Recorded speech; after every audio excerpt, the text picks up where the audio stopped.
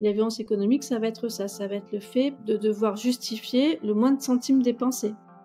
De devoir garder tous les tickets de carte bancaire et le soir de montrer à monsieur, voilà, j'ai dépensé ça, ça, ça, ça, ça. Le fait aussi de ne pas avoir accès au compte bancaire, de ne pas avoir sur son téléphone les applications du compte pour voir où en est le compte, etc. De ne pas savoir où on en est.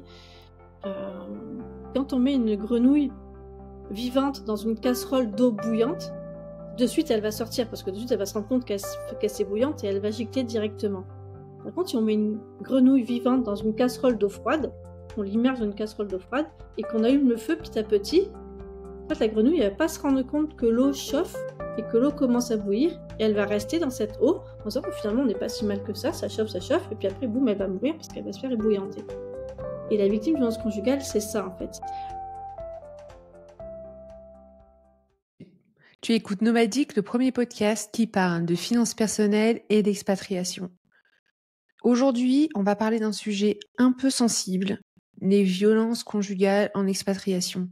C'est pas forcément le premier sujet qui te viendrait à l'esprit quand on parle de finances perso, et pourtant, beaucoup sont victimes de violences économiques. Si tu ne sais pas ce que c'est, on va en parler dans cet épisode. Je reçois Sandrine, elle travaille pour Save You, une plateforme qui aide les victimes de violences conjugales, et elle vient discuter avec nous un des plus gros tabous en expatriation, la violence conjugale. On va définir ensemble ce que c'est, le cycle de la violence, et aussi comment obtenir de l'aide pour s'en sortir. Si tu te reconnais dans certains des exemples qu'elle va donner, n'hésite pas à la contacter pour obtenir de l'aide. Tu n'es pas seule, et c'est aussi pour ça qu'on enregistre l'épisode d'aujourd'hui. Bonjour Sandrine, bienvenue sur Nomadique. Bonjour, merci de m'avoir invitée. Est-ce que tu peux commencer par te présenter et nous dire ce que tu fais chez Save You ?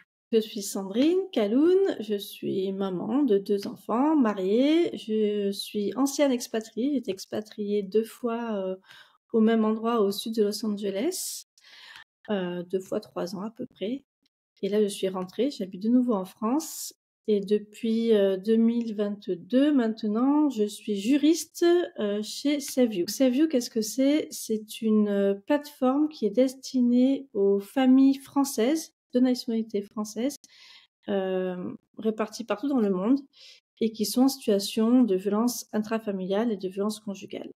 Et de Save You, donc ça fait partie de The Sorority. The Sorority, c'est une communauté, une application qui a été faite par Priscilla Routet-Tria, donc la fondatrice de The Sorority. À ce jour, sur The Sorority, il y a plus de 270 000 femmes inscrites, alors femmes ou personnes issues de minorités de genre. C'est une application d'entraide, donc bienveillante, où les personnes à tout moment peuvent appuyer sur un bouton d'alerte et les 50 personnes les plus proches géolocalement vont être géolocalisées et les plus proches vont pouvoir intervenir par texto, par message, en appelant, en proposant d'appeler si besoin les forces de l'ordre, etc. Donc c'est une communauté qui est ultra réactive à ce jour, répartie partout dans le monde, en lien avec les services locaux de prise en charge, etc., de violence. On est conventionné avec le ministère de l'Intérieur. Et puis récemment, sur Sorority et particulièrement sur Save You, on a été conventionné avec le ministère de l'Europe et des Affaires étrangères et le ministère chargé d'égalité femmes. Comment tu as été amenée à travailler sur ce sujet ? À titre personnel, j'ai jamais été victime de violence conjugale. J'ai fait des études de droit et petit à petit, je me suis orientée vers le droit des victimes, vers le droit pénal, la procédure pénale, mais tout orientée côté victime. Et puis j'ai travaillé dans un service d'aide aux victimes pendant pratiquement 10 ans avant de partir en expatriation. Quand je suis revenue en expatriation pour ma 2e fois, je me suis rendue compte que ça m'avait vraiment manqué de plus du tout faire ça lors de ma première expat. Donc je suis allée au consulat à Los Angeles, j'ai dit voilà ce que je sais faire et comment je peux faire pour aider. Parce qu'en fait, c'est pas parce qu'on est en expatriation qu'il n'y a pas de violence conjugale. Et à partir du moment où j'ai dit autour de moi, à mes copines, à mes collègues, à gens de la communauté française, je vais faire ça, il y a plein de langues qui ont commencé à se dire en disant ah ben donc si j'avais su que tu faisais ça avant, peut-être que je t'aurais pu t'en parler parce que je connais quelqu'un. Alors moi j'aime même dire ça m'est arrivé frontalement comme ça, ou alors des fois oui mais c'est plus rare, mais c'est tout le temps je connais quelqu'un j'ai une amie à qui c'est arrivé, etc. En fait on se rend compte petit à petit en voulant en parler que ça arrive à beaucoup de monde et que ça reste encore un sujet tabou en expatriation, mais commence à On commence à le savoir de plus en plus et c'est pas parce qu'on est en expatriation qu'il se passe rien, bien au contraire. Et c'est toujours un sujet où on a l'impression que ça va arriver, qu'aux autres. Est-ce que tu Exactement. peux nous aider à définir un peu, ce qu'on appelle les violences conjugales? Alors les violences conjugales, si c'était que les violences physiques, bah, ce serait simple. Au moins tout le monde, on reçoit un coup de poing, on sait qu'on a vécu une violence conjugale, voilà. Malheureusement, c'est pas ça. C'est pas que ça, j'ai envie de dire, c'est souvent ça, mais c'est pas que ça. Et en plus en expatriation, les personnes qui partent en expatriation, c'est quand même les personnes qui ont, en tout cas en France, une catégorie socio-professionnelle assez élevée. Et du coup, on se dit tout le temps: «Ça peut pas nous arriver, moi les violences ça va pas m'arriver», mais en réalité, ça arrive à tout le monde. Donc toutes les catégories socio-professionnelles sont touchées par les violences conjugales, toutes les sortes de couples. Donc les violences conjugales, qu'est-ce que c'est? Alors d'un point de vue juridique, ça concerne les couples mariés, pacsés, en union libre, qui habitent ensemble, qui ont habité ensemble ou même qui n'ont jamais habité ensemble, mais qui ont eu à un moment donné une relation de couple. Donc ça peut être des très jeunes, un très jeune couple ou un couple beaucoup plus ancien, avec ou sans enfants, et cetera. Et c'est pas parce que, le couple est séparé qu'on n'appelle plus ça des violences conjugales. Donc dans les violences conjugales, comme je disais, donc il y a pas que les violences, physiques, il y a aussi évidemment beaucoup, beaucoup les violences psychologiques. Les dénigrements, le fait de rabaisser la personne, le gaslighting, lui faire croire qu'elle sert à rien, qu'elle n'y arrivera jamais sans monsieur ou sans madame, enfin, en tout cas sans la personne, l'auteur. Le fait de petit à petit de lui faire perdre tous ses moyens et la victime, au bout d'un moment, elle va plus pouvoir penser par elle-même, elle va plus savoir penser par elle-même. Ça, c'est une violence très, très importante. Ce qu'on constate aussi énormément, il y a la violence sexuelle, le fait d'imposer une relation sexuelle, le viol entre époux, ça existe. La violence, la violence aussi liée à l'éducation des enfants. Le fait de dire, si on se sépare, bah, tu verras plus les enfants, c'est moi qui garderai les enfants, de toute façon, tu es une mauvaise mère, tu sais pas faire, et cetera. Toute cette violence-là liée à l'éducation, c'est la violence conjugale également. Il y a la violence, administrative, alors surtout en expatriation. Le fait que, il y a qu'un seul conjoint qui a les passeports, les documents, les visas, et cetera. Et puis ensuite aussi énormément en expatriation, les violences économiques. Violences économiques parce que, on sait très bien quand on est conjoint suiveur, c'est quand même 80 des conjoints suiveurs sont encore malheureusement des femmes. Dans certains pays, n'importe quel pays, hem, quand on arrive avec un visa, en général donc on a le conjoint suiveur a son visa qui est rattaché à celui à la personne pour lequel on est parti en expatriation et donc il n'est pas facile d'ouvrir un compte bancaire et dans certains pays, il n'est pas possible d'ouvrir un compte bancaire pour le conjoint suiveur. Dans les couples où tout va bien, l'expatriation en soi, c'est une remise en question du couple, de toute manière. Il faut bien que ce soit préparé, il faut qu'on en ait conscience. Le fait d'un seul coup de se retrouver peut-être, femme au foyer, mère au foyer, bah, c'est pas facile, c'est pas évident. Si on n'a pas discuté en amont avant de partir en expatriation, ça peut être compliqué. Mais alors imaginez-vous dans les couples dans lesquels il y a déjà de la violence conjugale, ben là, ça va être encore plus compliqué parce qu'en fait, tout va être exacerbé. Parce que ça va être beaucoup, beaucoup plus simple pour le conjoint, on va dire le conjoint auteur de violences conjugales, de mettre en place son emprise, de mettre en place son contrôle coercitif, parce qu'en plus, il aura la bonne excuse en disant: «Oui, mais de toute façon, on peut pas faire autrement, c'est comme ça en expatriation. C'est moi qui gère ton compte, c'est moi qui gère les papiers, c'est moi qui gère l'argent du ménage, et cetera». Et la violence économique, ça va être ça, ça va être le fait de devoir justifier le moins de centimes dépensés. De devoir garder tous les tickets de carte bancaire et le soir de montrer à monsieur: «Voilà, j'ai dépensé ça, ça, ça, ça, ça, ça». Le fait aussi de pas avoir accès au compte bancaire, de pas avoir, sur son téléphone les applications du compte pour voir où en est le compte et cetera, de pas savoir où on en est. Parfois aussi, les conjoints qui utilisent beaucoup la violence conjugale pour ça, vont mettre des crédits au nom de madame, par exemple, des crédits bancaires, crédit à consommation, crédit immobilier, n'importe quoi, au nom de madame. Comme ça, ensuite, si elle veut se séparer, bah, autant dire que c'est pas possible parce qu'elle va avoir des crédits pleins à devoir rembourser par la suite. C'est très, très compliqué pour elle. Comment est-ce que tu arrives à différencier au départ, un conflit d'un début de violence? C'est une bonne question parce que des fois, c'est compliqué. C'est compliqué à voir où est la limite. Et même les victimes, des fois, savent pas trop où est la limite. Donc, je vais parler juste d'un point de vue juridique. Je donne aucun jugement de valeur, rien du tout. Je suis juriste, donc forcément, je passe toujours d'un point de vue juridique quand je donne mes explications. Euh, des conflits de couple, il peut y en avoir dans tous les couples. Les couples qui vont bien, les couples qui vont pas bien. Des conflits, il peut y en avoir. Les couples qui divorcent, forcément, non, c'est pas vrai, pas forcément. Mais en tout cas, les couples qui divorcent, il va y avoir des conflits. On peut se douter potentiellement il va y avoir des conflits parce qu'un divorce n'est jamais facile et si on divorce, c'est pas pour rien. Pour autant, est-ce que ça va être de la violence conjugale? Non. Non, parce que dans la différence entre le conflit et la violence, c'est que dans le conflit, les 2 vont rester sur un même pied d'égalité, le même statut. Les 2 vont pouvoir échanger, les 2 vont pouvoir se dire des mots, peut-être avec violence, effectivement, peut-être des insultes, peut-être des menaces, mais si les 2 sont dans sur le même pied d'égalité, on va pas forcément appeler ça de la violence conjugale. La violence conjugale, c'est vraiment à partir du moment où il y en a un qui prend l'emprise sur l'autre, il y en a un qui va prendre le contrôle sur l'autre et que l'autre personne, elle va plus pouvoir s'en sortir. Et comme je disais tout à l'heure, quand c'est un coup de poing, effectivement, c'est de la violence, parce que c'est de la violence et que c'est condamné. Du coup, c'est la violence conjugale parce que c'est dans une situation de couple. Mais si c'était que ça, ce serait simple. Et la violence conjugale, et c'est là où des fois c'est dur de voir la différence entre le conflit et la violence, c'est que ça va prendre du temps. C'est assez sournois, la violence conjugale. Et petit à petit, la victime, elle va rentrer là-dedans et elle va pas trop comprendre ce qui se passe. Par rapport à ça, il y a ce qu'on appelle les cycles des violences conjugales, avec les 4 phases des violences conjugales, avec la tension, la crise, la justification, la période de la lune de miel où tout va mieux. Et ces cycles, en fait, avec ces 4 phases, au début, les phases, elles vont être très, très espacées. Donc la victime ne va pas se rendre compte qu'elle fait partie d'un cycle. Mais plus ça va aller, et plus les cycles vont se rapprocher, et plus les phases seront courtes et intenses. Et c'est ça qui va faire que la victime, elle va vraiment être dans cette spirale. Elle va avoir l'impression de marcher sur des œufs en permanence. Elle va rien pouvoir dire, rien savoir dire. Et c'est vraiment là qu'on se rend compte que c'est vraiment de la violence conjugale et pas simplement du conflit conjugal. Du coup, c'est très progressif. Est-ce que tu peux nous donner un peu plus de détails sur ces différentes phases du cycle? Donc la première phase dans le cycle de violence conjugale, c'est ce qu'on appelle la phase de la tension. La tension, c'est-à-dire que c'est un climat un peu d'anxiété et la victime, elle va tout faire pour apaiser les tensions.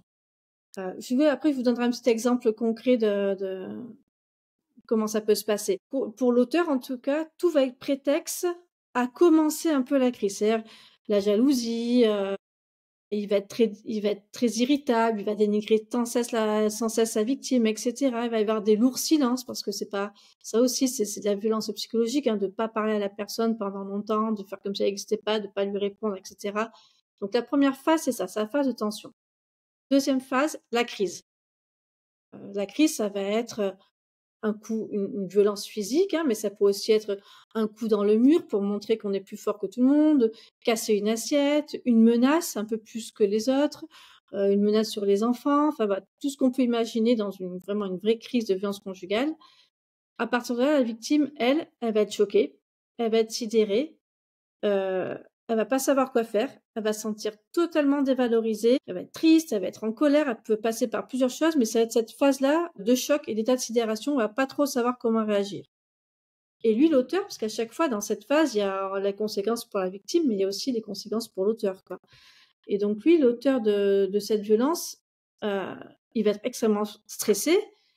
Si il y a cette phase de crise, c'est qu'il perd son contrôle et que du coup, forcément, il va avoir cet état de crise. Et lui, il va essayer de dire, oui, mais c'est pas de ma faute, c'est parce que je suis stressé au travail, je suis frustré, à la maison ça va pas, etc. Il va essayer de tout trouver, mais ce sera jamais sa faute, en tout cas à lui. Il va toujours dire que c'est la victime qui l'a poussé à bout.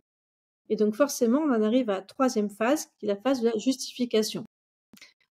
Donc l'auteur, comme je disais, il va essayer de minimiser, dire non, mais c'est bon, c'est rien, je m'excuse, il s'est pas passé grand chose, c'est pas très grave. De toute façon, si c'est à cause de toi, si j'en suis arrivée là, mais bon, voilà, c'est pas, il va minimiser en tout. Il va trouver des excuses.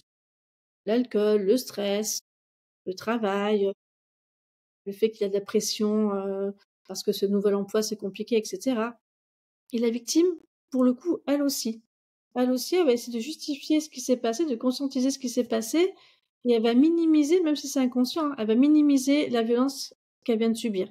Elle va se dire, bon, c'est pas si grave que ça, et de toute façon, c'est ma faute. C'est ma faute s'il s'est passé ça, j'aurais pas dû faire ça. C'est pour ça que j'ai dit depuis tout à l'heure, je veux dire, les victimes, quand elles sont vraiment prises dans cette spirale de violence, elles ont toujours l'impression de marcher sur des œufs, et à un moment donné, bam, il y a un œuf qui se casse, et elles disent, mais c'est ma faute. C'est ma faute, j'aurais dû faire attention, j'aurais dû marcher encore plus doucement. C'est vraiment l'image, moi, qui me marque en tout cas, parce que c'est vraiment ça. Et donc là, pendant la justification, elle va se dire, c'est ma faute, je suis responsable, j'aurais pas dû provoquer cette violence, j'aurais dû faire autrement. Et ensuite, la dernière phase, et c'est dans cette dernière phase de réconciliation, c'est ce qu'on appelle aussi la phase de la lune de miel, la honeymoon, le partenaire, il va peut-être pas forcément s'excuser pleinement, mais il va commencer peut-être à émettre quelques regrets. Elle va dire, OK, bon, on recommence tout à zéro. Il va arriver avec des fleurs, il va être sympa pendant quelques temps, il va montrer plus de gestes d'affection, etc. Et la victime, du coup, elle va être complètement perdue. Elle va se dire, en fait, et elle va se rappeler de ses bons moments. Elle va se dire, en fait, quand il est gentil, il est vraiment gentil, ça se passe très bien. Pourquoi est-ce que finalement je voudrais divorcer, partir, etc. Tout va bien. Tout va bien, il va se soigner, ça va aller mieux et on va pouvoir s'en sortir.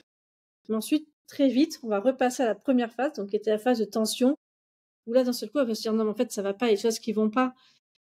Et c'est le fait qu'il y ait toutes ces phases comme ça, tous ces cycles, qui est compliqué. Pour une victime de s'en sortir, qui est compliqué pour une victime, on ne sait pas trop quand est-ce qu'elle va vouloir demander de l'aide. Si elle demande de l'aide à un moment donné, et que 3-4 jours après ou 3-4 semaines après, elle a plus envie d'en parler, ça peut être un peu déstabilisant pour les personnes qui reçoivent et qui ont envie d'aider en disant, bah oui, mais elle fait un peu machine arrière, mais pourquoi? Mais c'est pas de sa faute, en réalité, c'est juste parce qu'elle est dans ce cycle des violences et qu'en fonction de la phase dans laquelle elle se trouve, peut-être qu'elle fera marche en arrière. Quand on est formé aux violences conjugales, on comprend, c'est normal. Quand on n'est pas formé, on se dit, en fait, elle n'a pas envie d'être aidée, en fait, peut-être qu'elle reste parce qu'elle aime ça, et c'est là qu'on entend tout ce qu'on peut entendre, quoi. Et j'ai un exemple qui me remonte en tête de il y a très longtemps, c'est pas un exemple qui s'est passé en expatriation, mais ça pourrait tout à fait être ça. Une dame que je vois assez régulièrement en entretien parce qu'elle sait qu'elle est victime de violences conjugales, mais pareil, elle veut pas forcément ni déposer plainte, ni avancer, etc. Et une des dernières fois où je la vois avant le dépôt de plainte, parce que pour le coup, voilà, monsieur est très, très, très, très, très maniaque, et quand il rentre le soir, il veut que la maison soit nickel. Ils ont un bébé en bas âge, le bébé, le soir, vomit.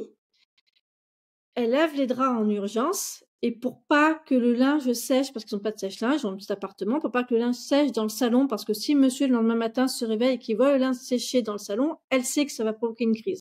Donc elle met le linge à sécher sur le sèche-serviette dans la salle de bain. Le soir, monsieur sort du lit, va aux toilettes, se prend les pieds dans le linge, dans l'étendoir à linge, parce que les toilettes sont dans la salle de bain, et là, il a pété un câble. Et elle, donc il a frappé très très lourdement, tiré les cheveux, tiré du lit, etc. Bon bref, en fait, les voisins ont appelé la police parce qu'ils ont entendu crier. La police, est intervenue. Et moi, cette dame-là, je la vois dans ce cadre-là le lendemain matin avec le médecin légiste. Elle est pas morte, hein. C'est le médecin légiste parce que ils font aussi des constats des certificats médicaux circonstanciés. Et là, elle me dit, moi, je connais le cycle des violences, donc je sais qu'à ce moment-là, elle, dans sa phase de justification, elle me dit, mais c'est ma faute. J'aurais jamais dû mettre le sèche-linge, l'étendoir à linge là, parce que forcément, c'est dans le passage pour aux toilettes. Donc forcément, j'aurais dû me douter que mal réveillé, il allait se prendre les pieds dedans. Mais non. C'est horrible.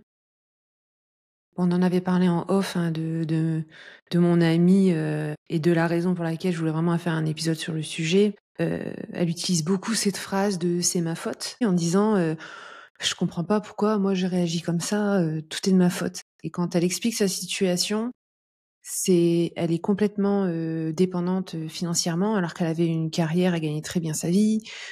Elle arrive dans un pays où elle connaît personne, où c'est très difficile de se créer des liens, et avec un mari qui fait des commentaires quotidiens sur ses dépenses, avec une impossibilité pour elle d'avoir accès aux finances du couple. De base, l'expatriation, c'est difficile, c'est dur, et c'est OK de reconnaître que c'est difficile. Et en plus, quand on rajoute cette couche de violence économique, en fait, on se dit, c'est la double peine. Est-ce que ce que je raconte, c'est quelque chose que tu as rencontré? Et est-ce que l'expatriation aggrave ces violences? Oui, j'en suis persuadée. J'en suis persuadée parce que, comme tu le dis, hein, en expatriation, à la base, c'est pas facile. Il y a tout un cheminement. Il faut accepter le fait qu'il va y avoir du changement dans le couple. Mais aussi en expatriation, tout est exacerbé. Et c'est-à-dire que quand on arrive, il y a le choc culturel, le blocage de la langue, le fait qu'on puisse pas travailler, etc. Et puis il y a aussi l'image qu'on renvoie. Quand on expat, vu d'extérieur, les expats, surtout les conjoints suiveurs, Bah, c'est un peu l'image de la vie de luxe, hein. Les femmes, elles sont à la piscine, les pieds en éventail, les doigts de pied en éventail, et puis elles attendent que monsieur rentre du travail. Elles vont chercher les enfants à l'école à 4h30, et puis voilà. Déjà, à l'école, ça finit pas à 4h30, hein. Moi, mes enfants finissaient à 2h, ça laisse pas beaucoup de temps. Mais aussi, il faut s'en C'est vrai? occuper. Mais en réalité, c'est pas ça. En réalité, c'est pas ça. Sauf que c'est encore plus compliqué pour des femmes qui ont une violence conjugale, parce qu'il y a l'isolement de fait géographique, obligatoirement, mais aussi l'isolement qui est imposé par le conjoint, qui va aussi contrôler quand est-ce qu'elle peut appeler sa famille.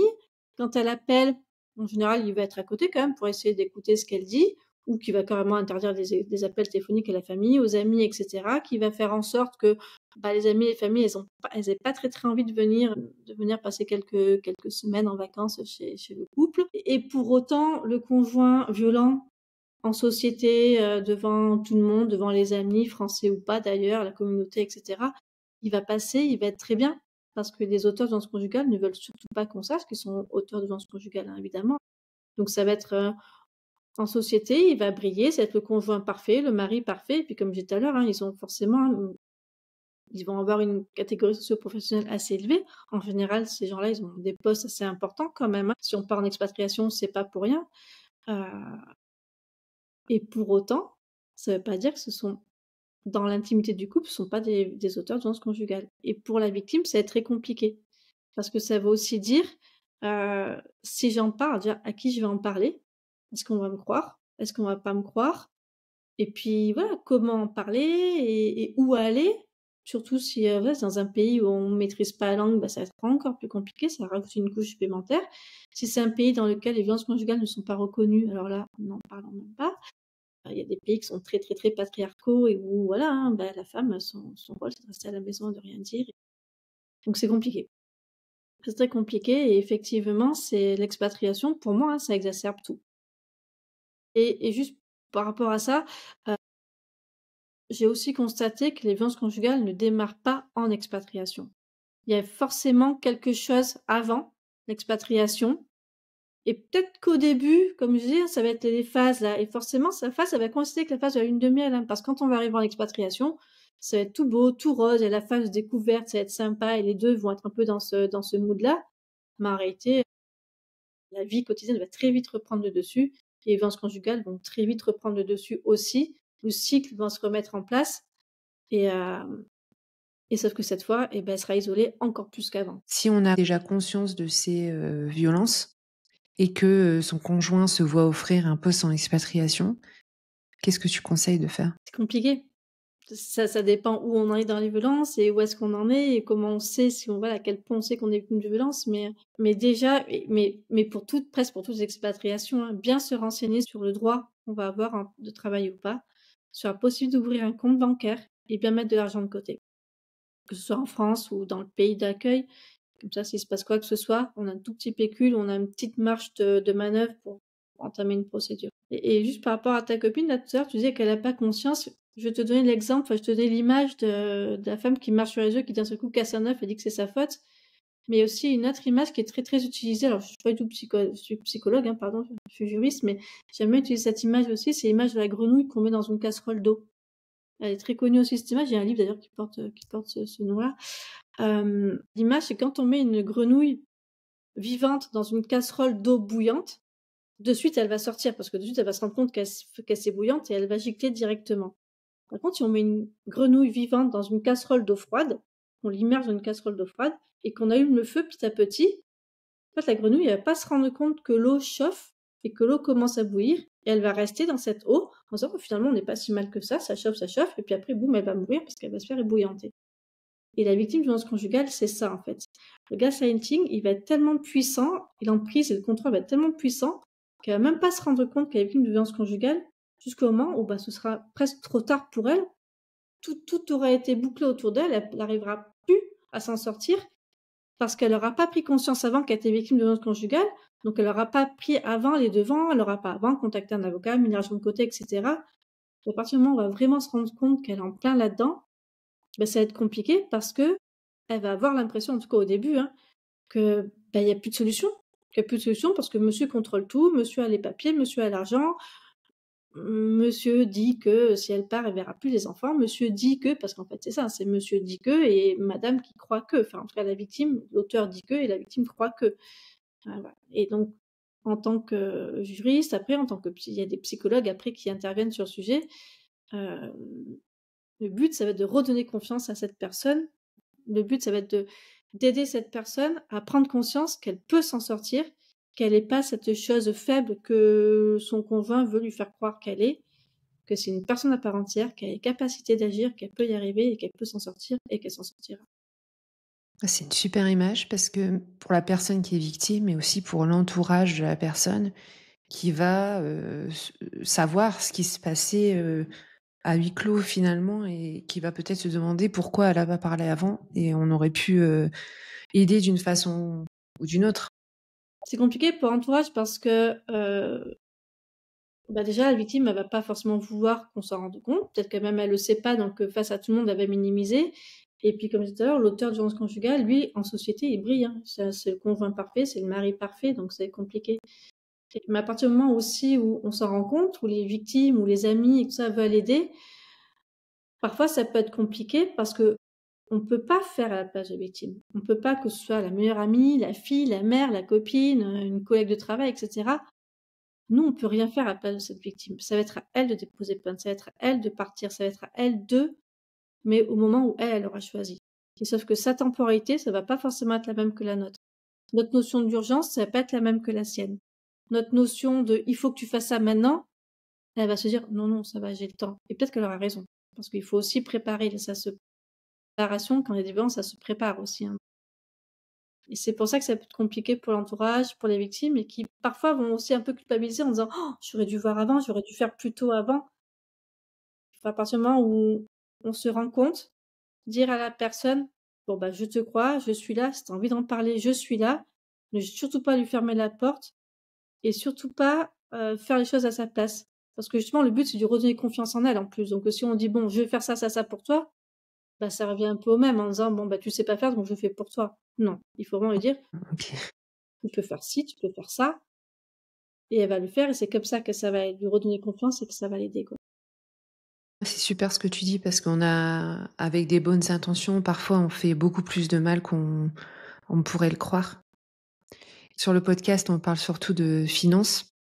Est-ce que tu as des exemples de violences économiques qui t'ont particulièrement marqué? Oui, surtout que les divorces alors moi j'étais aux États-Unis, un divorce aux États-Unis, en tout cas en Californie où j'étais, ça coûte entre, on va dire en moyenne, ça coûte 15 000 $. Donc ça coûte très, très cher. Qu'il y ait des violences, qu'il y ait pas de violences et cetera, c'est une moyenne. Hem et quand j'étais alors j'ai aidé une dame maintenant qui s'en est sortie, donc je sais que je peux en parler et qui m'autorise en plus à parler de sa situation. Je donne pas de nom, je donne rien du tout, ni de ville, ni rien, mais c'est une dame que j'ai aidée pendant très, très, très longtemps.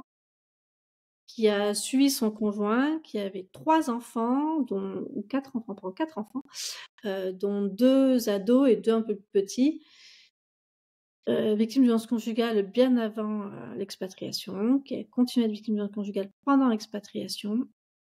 Ils étaient aux États-Unis, il y a beaucoup de petites résidences fermées, gated avec un petit portail devant et donc ils étaient en appartement dans cette petite communauté où au final tout le monde se connaît en plus. Heu Et une énième dispute, en tout cas, de la part du monsieur, lui, il voyait ça plus comme de la dispute, en tout cas une énième crise de la part de monsieur. Il a pris toutes les affaires de madame, il l'a balancé par le balcon, il a dit: «Maintenant tu pars». Sauf qu'elle, elle travaille pas, parce qu'elle avait pas autorisation de travailler. Heu, Elle avait pas de compte bancaire, elle avait pas accès au compte, elle avait rien, rien, rien du tout. Et du coup, elle s'est retrouvée à 11h du soir, il faisait nuit parce qu'il fait nuit très, très, très tôt aux États-Unis, en Californie. Il faisait nuit depuis très longtemps. Elle s'est retrouvée dans cette communauté fermée. Alors, heureusement pour elle, quand même, c'est que c'était une communauté. Et donc, il y avait un concierge. Le concierge était super sympa. Ils ont appelé les forces de l'ordre. Les forces de l'ordre ont autorisé madame à rester dans le logement pour la nuit. Et monsieur lui ont fait une éviction du domicile juste pour la nuit. Après, le lendemain, tout s'est mis en place. Ça a été long. Ça a été long parce qu'il a fallu lui ouvrir un compte bancaire. Il a fallu ouvrir les droits sociaux. Donc, il y a eu des aides après pour pouvoir l'aider. Cette dame, alors ses enfants étaient français, mais elle n'avait pas de nationalité française. Elle avait une autre nationalité européenne, mais pas française. le consulat de là où elle venait ne donnait pas d'aide comme le consulat français avec des aides aux expatriés qui peuvent être accordées, par exemple, aux mères isolées.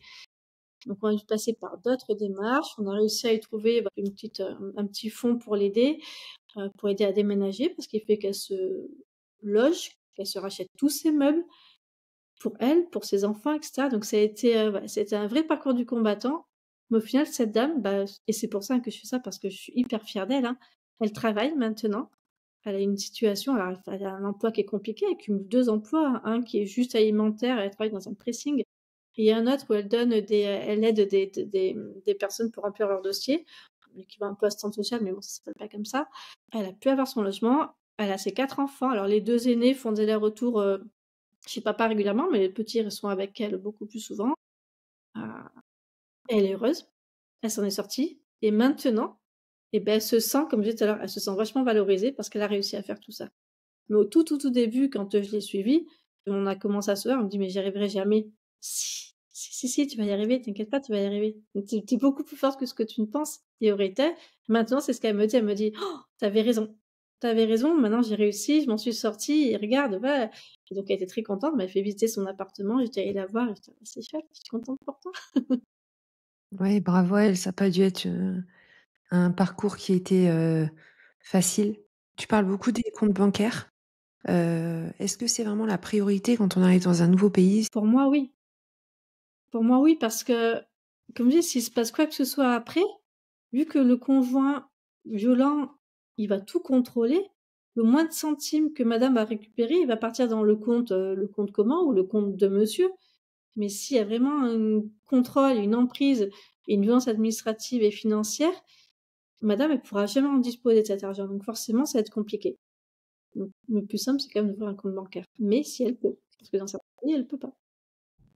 Et tu parlais aussi de garder, un emploi. On a fait plusieurs épisodes, sur, la carrière à l'international, sur l'entrepreneuriat, sur le télétravail. Je vous encourage vraiment à les écouter, si, vous êtes sans emploi et vous cherchez, à reprendre une activité, surtout pour, garder son indépendance, financière. Comment est-ce qu'on cherche de l'aide, quand on est isolé, en expatriation et qu'on a, ces violences conjugales? Il y a plusieurs possibilités parce que déjà, en général, là où on habite, il y a aussi les réseaux locaux d'accompagnement sur place. On les connaît pas forcément, c'est aussi la barrière de la langue, etc. Mais je pense que quand on est victime de violence conjugale, quand on a envie de s'en sortir, le plus important, c'est d'en parler. D'en parler, de pas avoir peur, de pas avoir honte d'en parler. Maintenant, voilà, à qui est-ce qu'on va en parler? Ça, c'est quelque chose. Voilà, les Français étrangers, on le sait très bien, on a beau être très nombreux partout dans le monde, ça reste une petite communauté et on sait très bien que tout le monde se connaît. Mais ça peut être un bien comme ça peut être peut-être un frein au début pour libérer la parole et pour en parler, mais ça peut aussi être quelque chose de positif parce que justement, on va aussi se sentir un peu soutenu mais voilà. Pour moi, en tout cas, c'est important d'en parler. Euh, c'est aussi pour ça qu'on existe, hein. C'est vu, on existe aussi pour ça, pour les victimes qui savent pas forcément où aller et vers qui s'orienter. Et donc, nous, notre rôle, ça va être aussi de mettre voilà, en réseau les associations locales, le consulat, s'il y a besoin, le ministère de l'Europe et des Affaires étrangères, s'il y a besoin de rapatriement en urgence, des choses comme ça. Voilà, on est là pour essayer d'aider un peu au maximum, en tout cas, toutes ces personnes-là, ou aller au consulat. Tous les consulats n'ont pas de services sociaux, mais quand même, beaucoup, quand même, surtout dans les grandes villes. Et puis même s'il n'y a pas de services sociaux, il y a forcément quelqu'un qui pourra écouter. Au moins vérifier que son dossier administratif est à jour, qu'on est bien inscrit sur la liste des Français de l'étranger.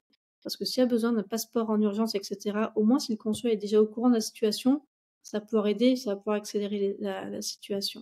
Est-ce que tu peux donner un exemple d'une situation, où vous avez travaillé avec le consulat pour aider, une famille, qui en avait besoin? Alors, dans notre protocole, on n'intervient pas directement en lien avec les consulats, en fait. J'ai le truc Save You, donc on a une vingtaine d'écoutantes réparties partout dans le monde. On est toutes bénévoles et toutes formées à l'écoute active. Alors, ça veut dire qu'on a un background soit psycho, assistante sociale, juriste, il y a des infirmières, on sait toutes faire des entretiens, mais actifs, quoi, à l'écoute active. On a toutes plus ou moins quand même une formation à la violence conjugale et les personnes qui en ont pas, moi je peux faire apprendre en interne une petite formation pour qu'on ait tout un peu un socle commun de connaissances. Donc une vingtaine d'écoutants répartis partout dans le monde. Et moi, en plus, donc je suis juriste, donc soit j'interviens pour les situations un peu plus compliquées où c'est un peu plus juridique, où on essaie un peu de démêler et tout ça. On conseille toujours aux personnes avec qui on est en contact de prendre attache avec leur consulat ou leurs ambassades. Pour autant, l'écoutante, son rôle, ça va pas être, elle, de prendre attache avec le consulat à la place de la victime, me dire, voilà, je suis en contact avec personne. Par contre, si jamais il y a vraiment une situation, de conflit, de violence extrême, avec un besoin de rapatriement en urgence, etc., nous, dans notre protocole, et c'est pour ça qu'on a conventionné aussi avec le ministère de l'Europe et des Affaires étrangères, on est directement en lien avec eux. On est directement en lien avec le bureau de la protection des mineurs et des familles. Comme ça, si besoin, on fait remonter et c'est ensuite le MAE qui va faire redescendre au consulat, aux postes locaux. C'est comme ça qu'on fonctionne. Est-ce que généralement les personnes te contactent SafeView en premier ou contactent d'abord leur consulat? Qu'est-ce que tu as remarqué? Ça dépend. Non, ça dépend. En général, en fait, on est, le logo SafeView et le lien SafeView apparaît sur les sites des consulats. Donc si la personne va sur le site de son consulat et dit: «Qu'est-ce que je peux avoir comme aide?» et qu'elle nous voit, du coup, elle peut contacter comme ça. Très souvent aussi, on dit: «J'ai pris contact avec mon consulat, ils nous ont conseillé de faire appel à vous», donc du coup, c'est comme ça qu'on les a. Mais aussi inversement, il y en a qui viennent directement par le bouche à oreille, par les réseaux sociaux et cetera. Et nous, pour le coup, on leur dit: Est-ce que vous êtes bien à jour sur votre, registre? Est-ce que voilà, où vous en êtes? Est-ce que vous avez prévenu votre consulat?» Alors des fois oui, des fois non, et du coup, c'est un peu 50-50 pour nous. Dans tous les cas, il faut pas rester seul et il faut chercher des personnes qui peuvent aider directement ou indirectement, mais au moins qui connaissent le sujet et qui après peuvent donner des pistes pour pouvoir s'en sortir. Exactement. Est-ce qu'il y a des ressources spécifiques pour les Français et l'étranger qui sont victimes de violences? Alors déjà sur Saveview, sur le site Saveview et The Sorority, on a pas mal de liens, on a pas mal de fiches techniques. Est-ce que je suis victime? Est-ce que je suis violent? Est-ce que je suis, oui, auteur de violence? Est-ce que si je suis témoin? Pas mal de ressources aussi par rapport à The Sorority, donc tu sais, c'est l'application d'entraide communautaire. Quand on va dessus, il y a une petite map monde, on peut cliquer dessus et on voit toutes les personnes qui sont affectées, donc c'est les petites personnes avec les cheveux bleus. Il y a toutes les petites maisons roses. Et toutes les petites maisons roses, c'est tous les services d'aide aux victimes locaux, je veux dire, partout dans le monde. Donc déjà, ça peut être une première piste pour voir autour de nous, où est-ce que je peux me renseigner, où est-ce qu'il y a des lieux sûrs, où est-ce que je peux déjà prendre des aides, des informations. Ça, c'est super, on mettra le lien dans la description pour les personnes qui en ont besoin. Ensuite, sur chaque site, normalement, des consulats et d'ambassades, il y a une refonte totale qui va être faite pour que justement tout soit uniformisé, parce que pour l'instant, c'est un peu compliqué d'un site d'un consulat à un autre, c'est différent. Il y a quand même beaucoup d'informations en règle générale sur des avocats référents, sur des médecins référents, sur les services sociaux, donc les aides qu'ils peuvent mettre en place, etc. Et même si on le sait pas, et ce que j'ai dit tout à l'heure aussi, pour les Français et l'étranger, les aides sociales, elles s'appliquent. On peut faire une demande d'aide, des demandes de bourse, par exemple, pour les enfants qui sont scolarisés en lycée français. Il y a des aides sociales, il y a des aides ponctuelles qui peuvent être accordées pour les personnes en situation d'isolement, notamment les mères isolées en instance de séparation. Elles peuvent avoir une aide ponctuelle, plus ou moins longue. Ce qu'on ne sait pas aussi, c'est quand on est en France et que l'un des deux conjoints ne paye pas la pension alimentaire, on peut se retourner vers la CAF pour demander à ce que la CAF paye la pension alimentaire. Mais quand on est étranger, ça se peut aussi. Il y a ça s'appelle le bureau de recouvrement des créances. C'est un bureau qui est géré par le ministère de l'Europe et des Affaires étrangères. On peut aussi les saisir. Donc il y a plein de petites solutions comme ça d'un point de vue financier, vu que c'est le sujet qui vous intéresse particulièrement, qu'on connaît pas forcément, et quand on part étranger, on sait pas forcément que ça existe, mais ça existe. C'est super parce que tu nous donnes, je dirais pas une solution, mais une voie pour sortir parce que la question financière quand même, elle se pose, surtout si on est complètement sous emprise et on n'a plus rien du tout. Comment est-ce que je fais pour nourrir mes enfants? En fait, si je décide de partir, quelles sont les premières étapes pour me reconstruire et pouvoir retrouver une vie, même si c'est pas celle qui peut-être financièrement était aussi confortable que celle qu'on quitte, qui nous permet au moins de retrouver notre liberté. Sachant que quand on est étranger, après une séparation, comme tu disais, il y a 2 cas de figure. Il y a vraiment les personnes qui vont vouloir rester dans le pays d'accueil, parce que les enfants sont scolarisés, parce qu'on s'y plaît, parce que le climat est sympa, parce on s'est fait une communauté, qu'on a des amis et cetera. Mais aussi les personnes qui, après la séparation, vont vouloir rentrer dans le pays d'origine, en France ou ailleurs, parce que, ça serait quand même peut-être plus facile, parce qu'il y a un emploi qui attend, parce qu'il y a de la famille qui attend. Ça, c'est vrai, il n'y a pas de généralité, hein, ça dépend vraiment d'une situation, de comment c'était avant expatriation, depuis combien de temps ils sont en expatriation, et cetera. Et ça, c'est aussi un véritable sujet de savoir comment est-ce qu'on fait pour rentrer en France? Est-ce que je peux rentrer en France avec mes enfants? Si oui, dans quelles conditions? Et faire attention à ce qu'on entend, parce que des fois, on entend tout et n'importe quoi. Heu, C'est vrai.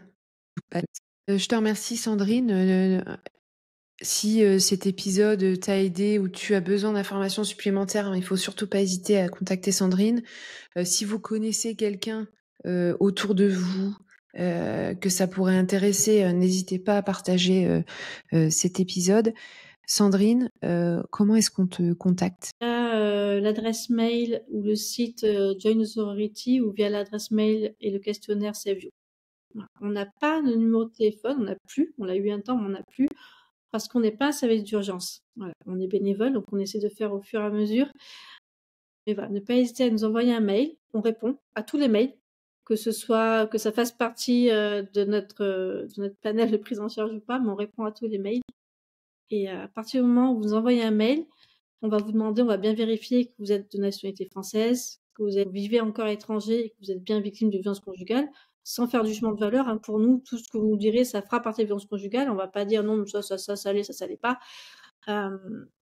Voilà. À partir de là, on va vous envoyer un questionnaire, un recueil de données avec toutes les informations dont nous on a besoin. Vous envoyez de toutes les entités. Et donc, comme je disais tout à l'heure, à partir de là, hop, nous, on vous attribue une écoutante, ou moi directement, si c'est plus, plus juridique, je veux dire, ou une écoutante, sachant que c'est moi qui ouvre le groupe, c'est un groupe WhatsApp qu'on ouvre. Comme ça, je vois un peu tout ce qui s'échange entre l'écoutante et la personne. Si besoin, j'interviens. Et puis en fonction, voilà, on fait remonter les besoins, on donne, les ressources qu'il y a en France, même si on est à l'étranger. On donne les ressources, on essaie de donner les ressources localement, là où la personne se trouve, et puis on avance comme ça. Combien dure généralement, ce lien entre, la victime et ses views? Il y a des personnes qu'on suit depuis plus d'un an. 1 an et demi, 2 ans, parce que les procédures de divorce sont très, très, très, très longues. Et puis certaines fois, il y en a qui vont nous contacter juste 1 ou 2 fois. Elles vont avoir besoin peut-être juste d'une aide ponctuelle en disant: «Voilà, je vis ça». Des fois, c'est juste une confirmation que ce qu'elles vivent, c'est bien la violence conjugale, que c'est pas normal et qu'elles peuvent se faire aider, et puis on n'aura plus de nouvelles. Et puis peut-être 6 mois après ou 8 mois après, elles vont nous recontacter: «Ah, vous m'aviez aidé en juillet l'année dernière, je me permets de revenir vers vous».